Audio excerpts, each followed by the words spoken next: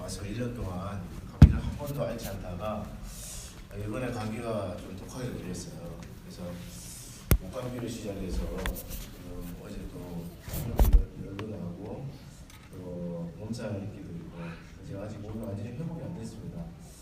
그래서 원래 이제 토요일 날 여러분들 이제 자녀들을 같이 좀 기도해 드리려고 이렇게 생각을 했는데 아무래도 또 감기가 또 전염되지 않을까 걱정도 좀 되고 그래서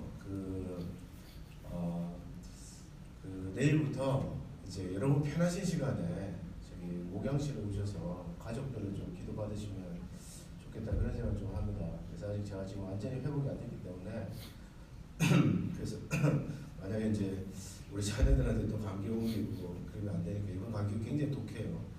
그래서 다음 한 주간 동안 새벽 기도나 또 그 다음 토요일 새벽 기도나 또 내일이나 이렇게 여러분 어른들도 꼭 가족들 오셔서 오시면 제가 같이 위해서 좀 기도해 드리도록 하겠습니다. 그래서 오늘은 같이 기도하고 식사 나누시고 이렇게 가도록 하겠습니다. 하나님께서 오늘 그 아들 이삭을 번제로 바치라고 한 오늘 이 본문의 이야기는 교회를 다닌 지 얼마 안 된 분들이나 또 믿음이 연약한 분들에게는 시험거리가 되기에 딱 좋은 그런 성경의 본문입니다. 신앙이 깊은 분들조차도 왜 하나님께서 그런 황당한 명령을 내리셨을까 이해 못하시는 분들이 아마 여러분 가운데 있을지 모르겠습니다. 하나님께서 100세가 된 아브라함에게 이삭이라는 아들을 선물로 주셨습니다. 근데 아브라함이 먼저 구한 것이 아니에요.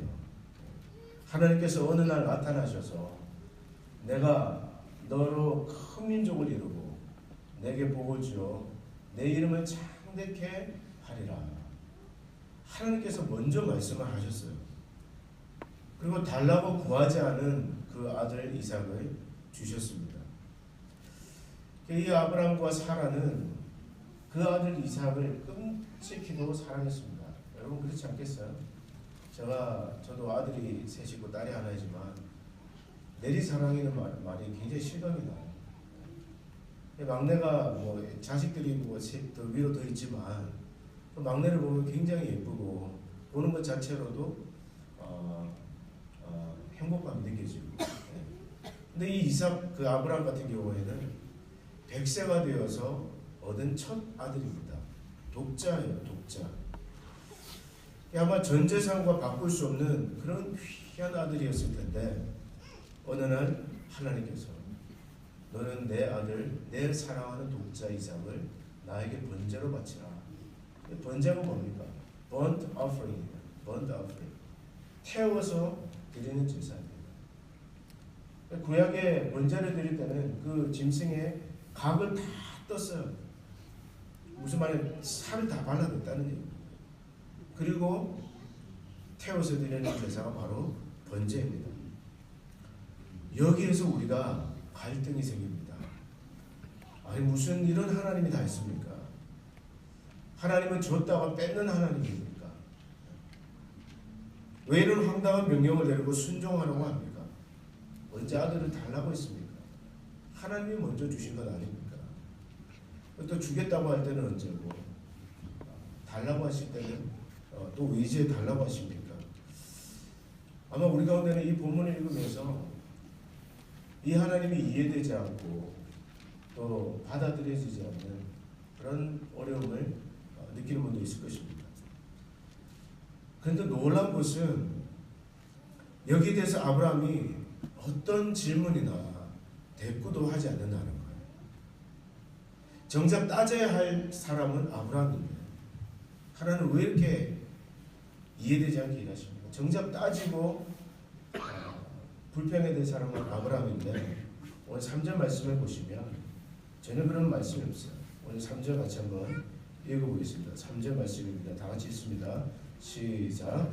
아브라함이 아침에 일찍 일어나 나귀의 안장을 치우고 두 종과 그의 아들 이삭을 데리고 번제에 쓸 나무를 쪼개어 가지고 따라 하나님이 자기에게 일러주신 곳으로 가더니.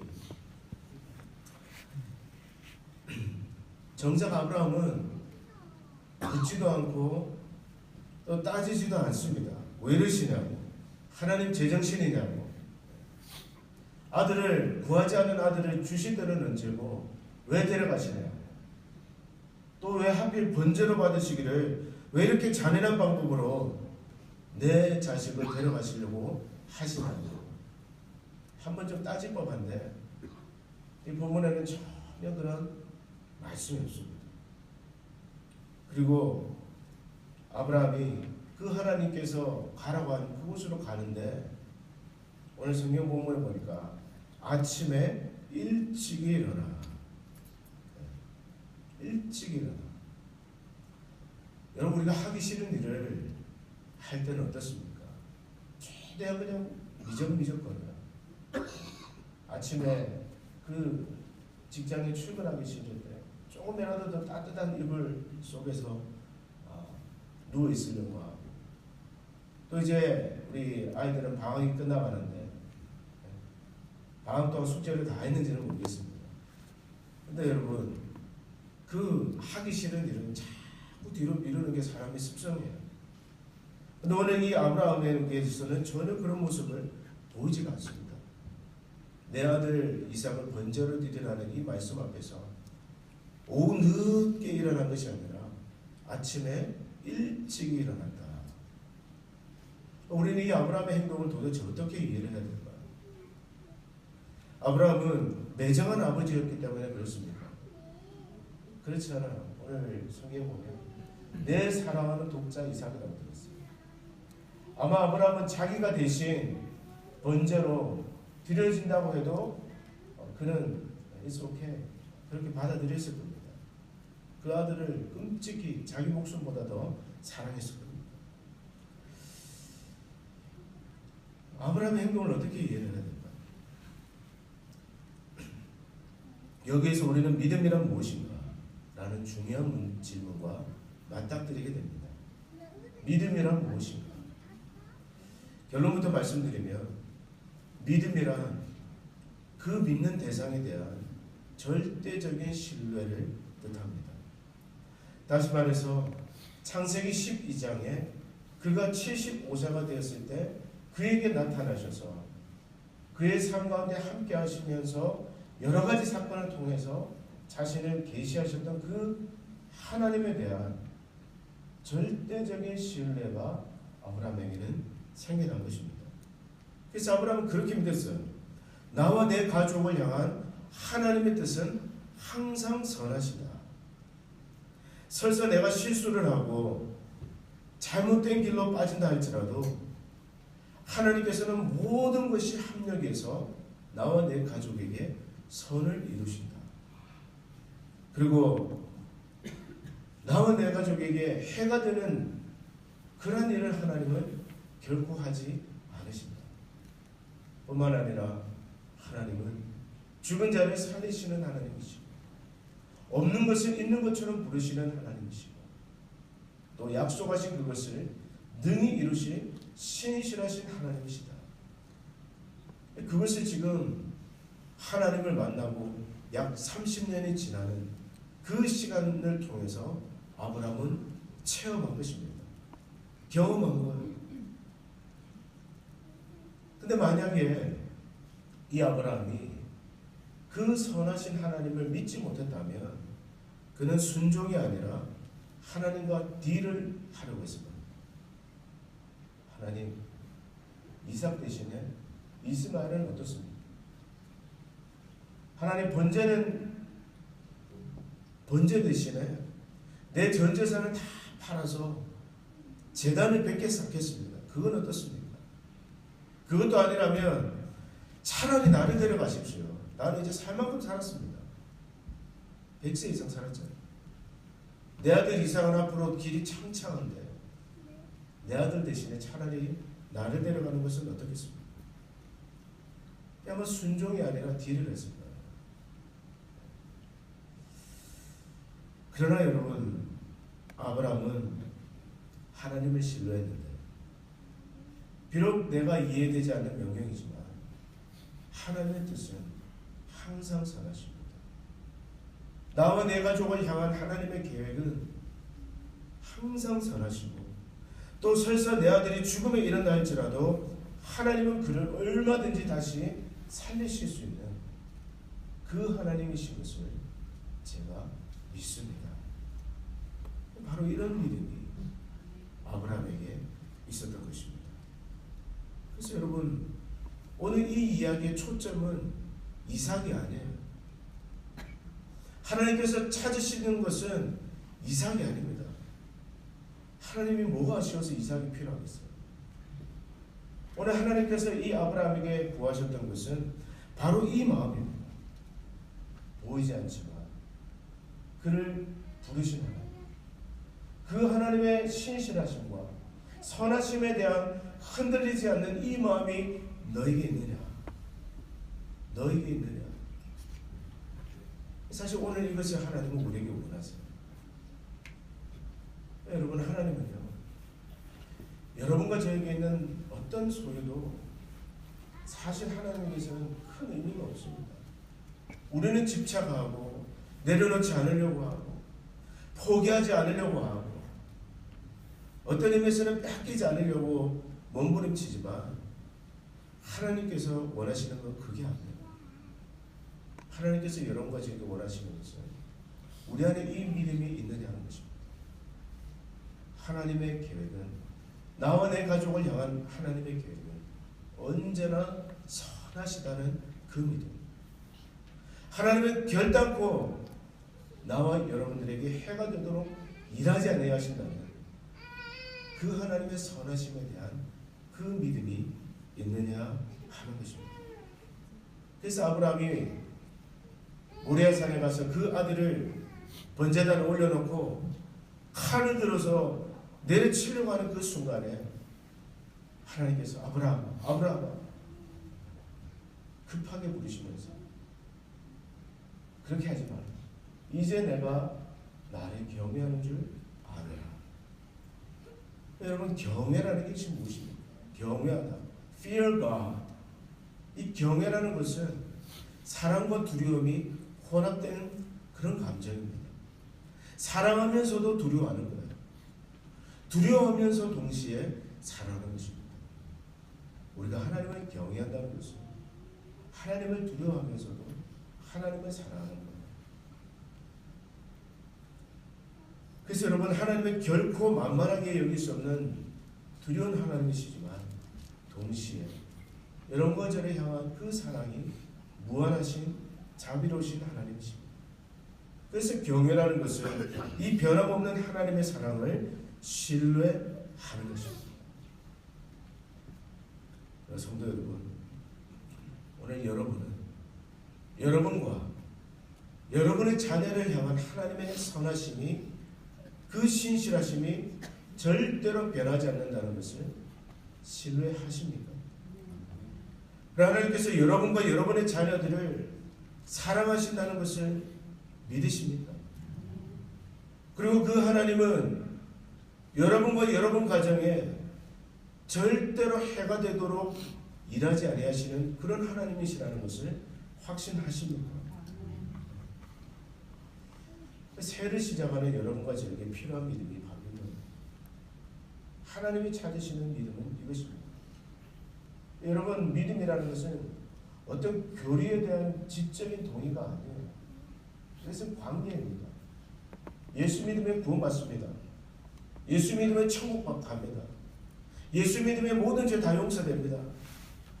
이런 어떤 스테이트먼트에 대한 동의가 아니라는 거예요. 거기에 동의하면, 거기에 동의하고 사인하면 구원을 받는다, 이게 아닙니다.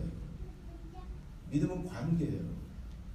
보이지 않지만 지금도 살아계시는 하나님, 선하신 하나님, 언제나 내 삶에 가장 좋은 것을 주시기를 기뻐하시는 그 하나님에 대한 무한한 신뢰가 바로 믿음입니다. 그래서 예레미야 29장 11절에 이렇게 말씀해요. 여호와의 말씀이니라. 너를 향한 나의 생각은 내가 하나니 평안이요 재앙이 아니니라. 너희에게 미래와 희망을 주는 것이니라. 하나님은 저와 여러분에게 평안을 주기를 원하십니다. 여러분 미래에 소망을 주기를 원하세요. 그래서 때로는 받아들이기 힘든 고통을 만났습니다. 내 통제를 벗어난 그런 시련을 만났을 때, 또 피하고 싶은 순간이나 상황을 만났을 때에도 여전히 우리가 미래를 소망할 수 있는 이유는 하나님께서 선하시고 자비로우시기 때문에 그렇습니다. 마르바돈이라는 신학자가 약할 때 기뻐하라 라는 책을 썼는데, 이 책에서 그녀가 대학원 시절에 유대인 철학자에게 강의를 듣습니다. 그럼 미드라시라는 그 강의, 이 미드라시라는 책인데요. 이건 유대인들이 가지고 있는 성경의 외에 또 다른 책입니다. 성경을 풀이한 그런 책이에요. 그런데 이 미드라시 책을 강의를 드리면서 창세기 오늘 이 본문 22장에 아브라함이 이삭을 번제로 바치는 이 이야기에 대한 이런 내용을 들었습니다. 아브라함이 하나님께 이렇게 묻습니다. 제가 왜 이런 일을 겪어야 하나요? 내 충성심을 테스트해 보려고 하나님 이렇게 하셨습니까? 하나님 대답합니다. 아니다. 나는 너를 시험할 필요가 없었다. 그래서 아브라함이 또 이렇게 말합니다. 그렇다면 제 자신의 충성심을 검증하기 위해 저에게 이런 시험이 필요했습니까? 하나님이 대답하세요. 아니다. 그럼 무엇 때문에 제가 이 일을 겪어야 했나요? 그때 하나님이 이렇게 대답하십니다. 열방에 증거하기 위해서다. 열방에 증거하기 위해서다. 무슨 뜻입니까? 때로 우리가 살면서 내가 원하지 않는 그 고통이나 시험을 당하지만, 그러나 하나님은 여전히 신실하시기 때문에 그 고통을 통해서 하나님의 선하심을 증거하신다는 것입니다. 그리고 우리를 향한 그분의 사랑을 나타내시는 놀라운 기회로 삼으신다는 말씀이에요. 그래서 사람들로 하여금 하나님의 사랑과 신실하심을 찬양하게 하신다는 것입니다. 여러분이 가지고 있는 그 고통을 통해서 하나님은 오히려 하나님의 선하심과 그 신실하심을 나타내시기 위해 사용하신다는 그런 뜻입니다. 이제 신년 특세가 이번 주에 시작되면서 날씨가 좋지 않았어요. 그래서 눈도 펑펑 내리고, 또 어제는 그래서 하루 특세를 쉬었습니다. 저도 개인적으로 1년 동안, 지난 1년 동안 한 번도 이렇게 앓은 적이 없었다가 갑자기 몸살이 오고 감기가 오고 그거 알아두어야 했습니다. 제 속으로 좀 답답한 마음이 생겼어요. 하나님 왜 이러십니까? 딴 데도 아니고 지금 신년 특세인데, 왜냐면 이 신년에 나와서 다 은혜 받고 말씀과 기도로 무장해서 이제 첫 출발을 해야 되는데 하나님 왜 이러십니까? 몸이 아프니까 좀 힘들더라고요. 설교 준비도 엉망이 되고 약간 하나님께 원망하는 마음도 생기고, 신년부터 첫 출발을 왜 이럴까? 근데 집에서 이제 누워서 책을 읽는데, 제가 설교에 자주 인용하는 존 스토트 목사님이 있습니다. 근데 이분이 쓰신 리더가 리더에게라는 책이 있어요. 침대에 누워서 이제 이분이 쓴 그 책을 딱 펼칠 수 있는데, 이분이 자신의 경험을 간증하는 그런 대목이 있었습니다. 아주 오래전입니다. 1958년도에 이분이 호주 시드니에 대학생 집회를 인도하러 방문을 했습니다. 근데 수많은 그 청년 대학생들이 모인 굉장히 중요한 집회인데, 이분이 그 집회 전에 독감이 걸린 거예요. 그래서 목소리가 하나도 나오지 않는 겁니다. 그래서 설교를 해야 되는데 목소리는 하나도 나오지 않고 집회 이제 마지막 날 밤이 되어서 마지막 날 집회는 굉장히 중요한 집회지 않습니까? 집회를 나가야 되는데 목이 잠긴 겁니다. 그러면서 대기실에 앉아서 이제 그 대학생들 몇 명이 자신을 위해서 기도해달라고 얘기합니다. 고린도후서 12장의 말씀을 펼쳐서 읽어달라고 이렇게 부탁을 합니다. 근데 고린도후서 12장에는 어떤 말씀이 있냐면 사도 바울이 자기에게 있는 그 가시 너무너무 고통스러워서 3번이나 떠나게 해달라고 간절히 부탁했는데도 그 가시가 떠나지 않는 겁니다. 하나님이 응답하지 않으시는 거죠. 그러면서 하나님이 말씀하시기를 내 능력이 약한 데서 온전하여 지내라. 네가 약할 때 곧 강하리라. 그 말씀을 읽고 난 다음에 그 대학생들이 그 목사님에게 손을 얹고 기도합니다. 하나님의 강함이 나타나게 해달라고. 먼저 병을 고쳐달라고. 그러나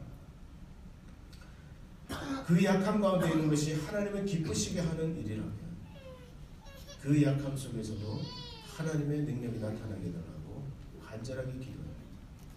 그리고 그 목사님이 이제 설교하러 딱 올라가시고 최대한 마이크에 가까이 대고 그렇게 설교를 하셨습니다. 쉰 목소리.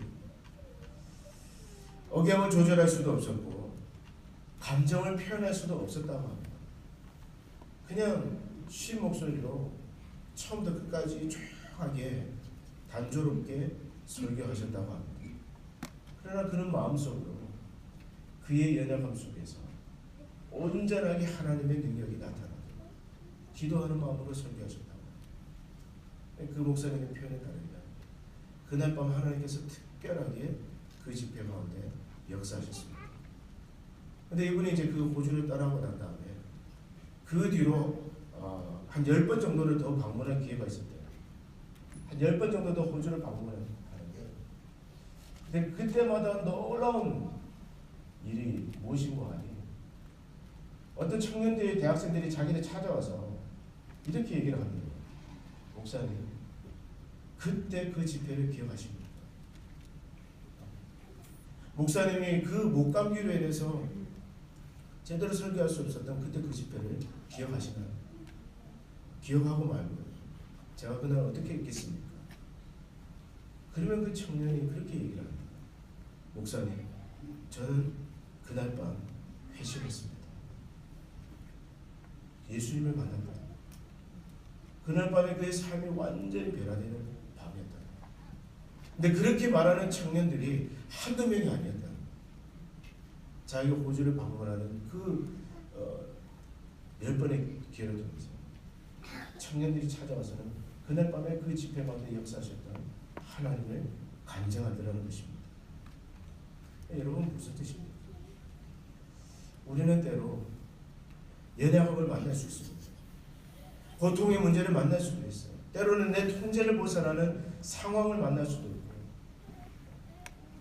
원치 않는 그런 시험을 만날 수도 있지만 그러나 그 가운데서는 여전히 하나님은 신실하게 그분의 일을 해 나가십니다. 따라서 여러분 우리는 절망할 수도 없고 절망해서도 안 됩니다. 여러분 새해가 시작됐습니다. 이 새해 우리 앞에 어떤 일이 펼쳐질지 우리는 아무도 모릅니다. 어쩌면 아브라함처럼 받아들이기 힘든 시험이나 또는 그런 상황에 맞닥뜨릴 수 있을지 모릅니다. 여러분의 가정에, 우리 자녀들 가운데, 또 직장에서, 혹은 우리 교회에서 내가 통제할 수 없는 그런 상황들이 벌어질지도 모릅니다. 그러나 여러분 그때 우리는 무엇을 기억해야 하겠습니까? 나와 우리 가족을 향한 하나님의 뜻은 항상 선하다는 것을 여러분 잊지 마시기를 바랍니다. 하나님께서는 변함없이 믿는 여러분과 여러분의 자녀의 선을 위해 일하시는 분이십니다. 설사 받아들이기 힘든 고통이나 시련이 온다 할지라도 하나님은 궁극적으로 모든 것이 합력해서 선이 되게 하실 것입니다. 이것을 믿는 것, 이런 신실하신 하나님을 경험하는 하나가 되시기를 축복합니다. 선하시고 자비로우신 아브라함의 하나님이 내 하나님이요, 내 자녀들의 하나님이요, 우리 교회의 하나님이심을 경험하는 놀라운 새해가 되기를 주의 이름으로 축복합니다. 다 같이 기도하겠습니다.